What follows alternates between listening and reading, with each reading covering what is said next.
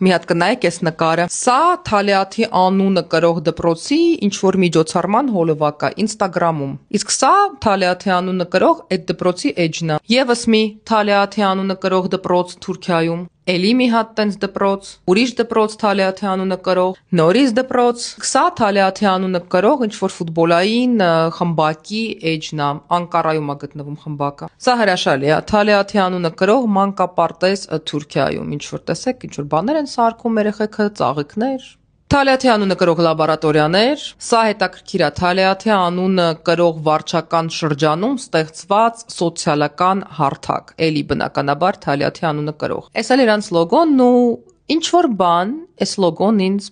հիշացնում է։ Թալիաթի անվան այդ վարչական շրջանի քարտեզը, բայց ոչ ոքի չեն նեղացրել չանհանգստանաք։ Էս էլ Ջեմալի անվան վարչական շրջանի քարտեզը Ստամբուլում։ Թալիաթի, Ջեմալի, Էնվերի անունը կրող տասնյակ փողոցներ ու հաստատություններ կան ողջ Թուրքիայում։ Իսկ մինչ Թալիաթի անվան մանկապարտեզում թուրք երեխաները թիթեռ են նկարում, մեզ այստեղ համոզում են, որ Թուրքիան այլևս մեր թշնամին չի կամ առնվազն մեր գլխավոր թշնամին չի, որ ամենը պատմություն է, անցել գնացել է ու մենք պետք է նայենք դեպի առաջ։ Չգիտեմ ուր պետք է նայենք, միգուցե պետք է գնանք Ստամբուլ եւ զբոսնենք Թալիաթ Փաշայի անվան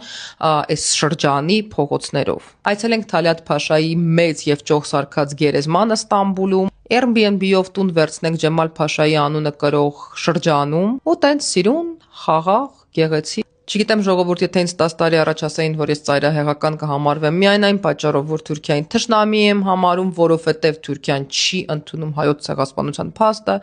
որովհետև քաղաքական, ռազմական եւ առհասարակ ցանկացած տեսակի աջակցություն է ցուցաբերում եղբայրական Ադրբեջանին, որովհետև օրինակ ունի Թալիաթ Փաշայի անվան փողոցներ, շրջաններ, մանկապարտեզներ եւ դպրոցներ, կհամարվեմ ծայրահեղական, որովհետև փորձում եմ չգնել թուրքական ապրանքը, որովհետև չեմ թռնում Ստամբուլով, որովհետև նեղվում եմ, երբ Զվարթնոց օդանավակայանում տեսնում եմ այսքան թուրքական դրոշով ինքնաթիռներ։ Ես չէի հավատա։ Հիշում եմ ոնց էր Փաշինյանն ասում, որ պետքա իջացնել նշաձողը, ինքը այդ նշաձողը վերացրել է այդ հեչ, բայց մի տեսակ մեր ժողովրդի, մեր հանրության մեջ էլ այդ ինքնապաշտպանական բնազդային նշաձողը իջել է, ու մենք արդեն լավ չենք հասկանում, որտեղ է վտանգը, որտեղ է ռիսկը, որտեղ է թշնամին, ուզում ենք տենց ապրենք, ուրախանանք, նայենք սալյուտ ու փառատոն։ Իսկ բոլոր նրանց, ովքեր չեն ուրախանում, ասենք, որ դա իրանցից է, իրանք ուրախանալ չգիտեն, ուղղակի ուզում են սենց ինչ որ դեպրեսված ապրել, ոնց